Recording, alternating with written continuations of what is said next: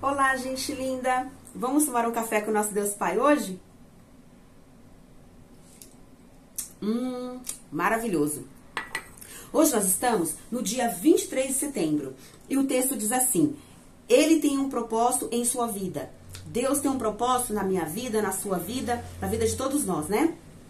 No primeiro livro de Samuel, capítulo 1, versículo 11, a palavra de Deus diz: Ó Senhor dos exércitos, se tu deres atenção à humilhação de tua serva, se te lembrares de mim e não te esqueceres de tua serva, mas lhe deres um filho, então eu o dedicarei ao Senhor por todos os dias de sua vida. Amém? E aí o autor vai nos dizer sobre esse texto aqui, né? Por muitos anos, Ana sofreu por sua infertilidade, não podendo ter filhos, enquanto era humilhada e desprezada por Penina, que possuía muitos filhos. Mas Ana orou a Deus por um filho como sinal de gratidão. E fez um voto a Deus, né? Fez um voto a Deus de que, se concebesse o seu filho, viveria sob o voto de Nazireu e seria consagrado à vida sacerdotal. Então, Ana dedicou a Deus a vida de seu filho, né? Ela falou que ia devolver o seu filho para Deus, para ele servir ao Senhor no templo. Amém? Então, aqui nós vemos a situação assim, né? Ana era casada com um homem chamado Eucana. Só que Eucana tinha uma outra mulher, que chamava Penina. Penina tinha muitos filhos. Todo ano ela gerava um filho. E Ana orava e não tinha filho nenhum. E Penina humilhava ela, porque naquela época as mulheres que não tinham filhos eram humilhadas. Elas não tinham valor, né? E aí Penina se achava melhor do que Ana. E aí Ana continuava incessantemente orando ao Senhor. E aí ela fez um voto com Deus: se o Senhor me der um filho, eu vou devolvê-lo para o Senhor. Amém? E olha que tremendo, né?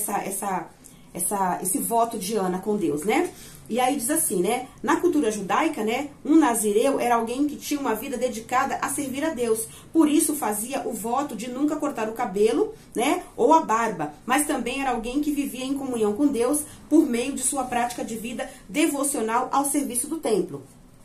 Ana desejou ardentemente ter um filho. Quando finalmente sua oração foi atendida, generosamente abriu mão desse filho, entregando-o para viver em consagração a Deus. Isso nos mostra que precisamos ser generosos, principalmente no que tange ao que mais damos valor. Pois, assim como Abraão foi compensado pelo pai em sua generosidade em oferecer Isaque ao Senhor, Ana também foi recompensada por Deus ao dedicar e consagrar ao pai a vida de seu filho único, né?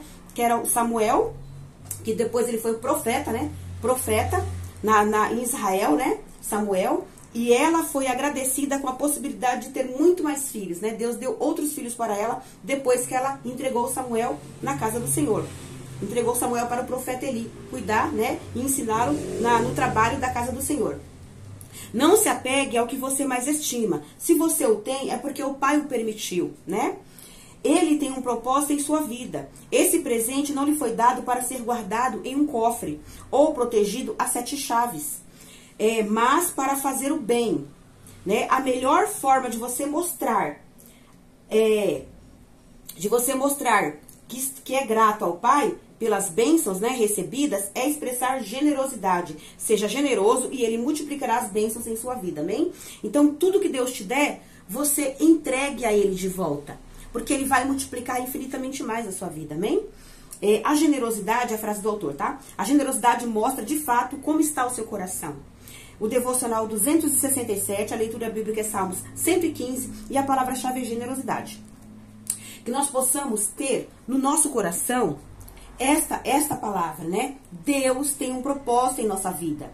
Deus tem um propósito para cada um aqui nesta vida. Só que só quem cumpre o propósito de Deus aqui nesta terra é quem tem comunhão com Ele. Tem muita gente que vive na terra empurrando a vida com a barriga. Não sabe por que está aqui, não sabe a que veio, não sabe quem é, não sabe nem de onde veio, nem para onde vai, não sabe o que tem que fazer e vive uma vida empurrando com a barriga, vivendo de qualquer jeito, vivendo na própria vontade da carne, fazendo o que quer, fazendo, às vezes, coisas que não deveria fazer, prejudicando o próprio corpo, a própria saúde, prejudicando a família, prejudicando todo mundo, e não sabe, não tem orientação do que fazer. Mas se nós tivermos comunhão com Deus, orar a Ele, pedir a Ele, Senhor, o que o Senhor quer que eu faça? É uma pergunta simples. Senhor, o que o Senhor quer que eu faça? Por que eu estou aqui? Qual o propósito que eu tenho para a minha vida, para a minha família? O que eu tenho que fazer para o Senhor? Para o Senhor me abençoar, abençoar minha família, abençoar meus projetos, abençoar tudo aquilo ali que o Senhor tem para eu fazer. O que eu tenho que fazer aqui? É só perguntar, ter intimidade com Deus, orar, que Ele vai te orientar. A gente não acerta em tudo. A gente não consegue acertar em tudo, porque nós não somos perfeitos. Perfeito só Jesus Cristo. Mas nós conversarmos com Deus todos os dias, orarmos, conversarmos com Ele e pedirmos orientação de Deus todos os dias, a gente vai acertar mais. Vamos supor, se todos os dias da nossa vida a gente errava 100% das coisas que a gente fazia, andando com Deus, a gente vai errar no máximo 10%. A gente vai acertar 90% e vai errar só 10%, porque nós somos humanos. Às vezes a gente ouve a palavra de Deus, Deus manda a gente ir pro lado direito, a gente vai pro lado esquerdo. Deus manda a gente ir pra frente, a gente vai pra trás. Deus manda a gente subir, a gente desce.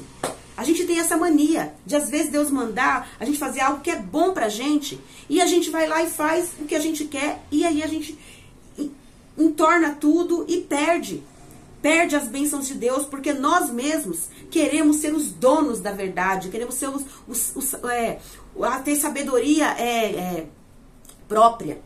O homem com sabedoria própria se perde no caminho. Eu tô falando de experiência própria. Quantas vezes eu não fiz coisas que eu achava que daria certo e eu me perdi no caminho, e eu falhei, eu fracassei, eu me perdi, eu perdi coisas, perdi bênçãos de Deus. Né? Então assim, vamos orar, vamos confiar em Deus, vamos depender de Deus, porque só Ele pode manifestar infinitamente mais na nossa vida, porque Deus é um Deus que faz milagres, prodígios e maravilhas. Creia, confie, dependa de Deus, coloque a tua vida na mão de Deus, peça para Ele manifestar ali qual o propósito, para Ele falar para você qual o propósito que Ele tem para sua vida, qual o propósito que Ele tem para sua família. Entregue a sua vida na mão de Deus, ore todos os dias, peça sabedoria, faça a vontade de Deus, porque Deus vai manifestar muitos milagres, muitos prodígios e muitas maravilhas. Você vai ter tanto testemunho para contar que nem mesmo você vai acreditar. Às vezes acontece isso comigo. Deus está fazendo coisas na minha vida esses dias agora que nem eu mesmo estou acreditando. Depois eu vou contar aqui o testemunho para vocês de pouco em pouco. Deus está fazendo muitas bênçãos e eu creio que Ele pode fazer muito mais ainda.